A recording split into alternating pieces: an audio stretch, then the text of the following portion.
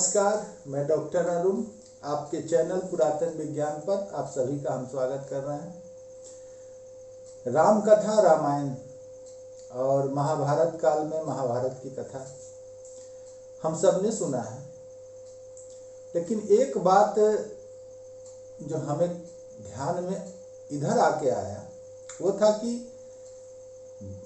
त्रेता युग में रामायण काल में जब राम जी के वनवास की बात माता कैकेयी ने मांगा दशरथ जी से वनवास की बात, तो उन्होंने 14 वर्ष का ही वनवास क्यों मांगा।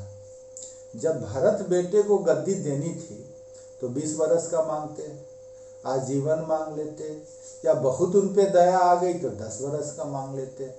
14 वर्ष का ही वनवास माता कैकेयी ने दशरथ जी से क्यों मांगा।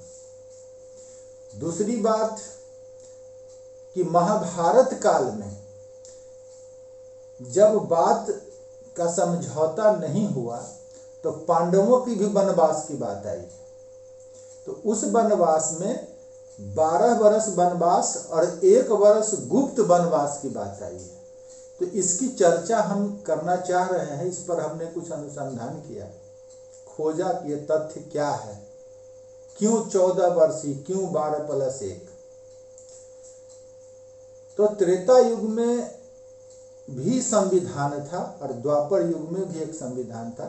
वाल्मीकि जी के द्वारा रचित रामायण के अयोध्या कांड में ये बात आई है कि उस समय संविधान था कि कोई भी राजपुत्र अगर लगातार 14 वर्ष तक गद्दी पे नहीं बैठता है, उसके बाद आजीवन उसे राजा बनने का अधिकार से हाथ धो देना पड़ता है। ये संविधान था। इसलिए माता कैकेयी ने त्रेता युग में भगवान श्री राम के लिए 14 वर्ष का वनवास मांगी थी। लेकिन जब द्वापर युग में आया, युग परिवर्तन हुआ, तो उस युग में यही बात 13 वर्ष के लिए वहां उस समय संविधान था। लेकिन दुर्योधन को इस बात की जानकारी नहीं थी, तो उन्होंने 12 वर्ष का वनवास मांगा। लेकिन शकुनी चूंकि चतुर थे, संविधान के ज्ञाता थे, कुटिल थे, तो उन्होंने संशोधन में 1 वर्ष जोड़ा कि नहीं, 1 वर्ष गुप्तवास रखना होगा। अगर उस गुप्तवास में मैं तुम्हें पुनः ढूंढ लिया तो फिर से तुम्हें 12 वर्ष का वनवास करना होगा और 1 वर्ष गुप्तवास करना होगा।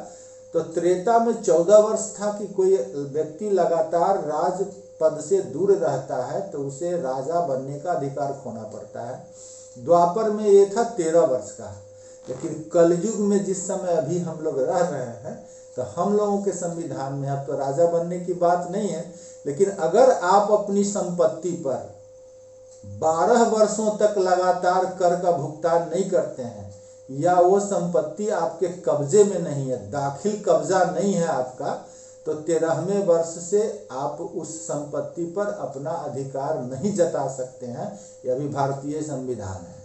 तो कलयुग में 12 वर्ष, द्वापर में 13 वर्ष और त्रेता में 14 वर्ष। ये संविधान के कारण ऐसा हुआ। इस छोटी सी जानकारी आपको पहुंची, धन्यवाद। अगर ये वीडियो आपको अच्छा लगा तो प्रोत्साहन के लिए कम से कम लाइक जरूर करें। मन में कोई बात आए तो कमेंट जरूर करें। अगर आपने इसे शेयर नहीं किया है तो शेयर जरूर करें, ताकि हमें प्रोत्साहन मिले और हम आपके लिए नई नई जानकारी लेके आते रहें। धन्यवाद, नमस्कार।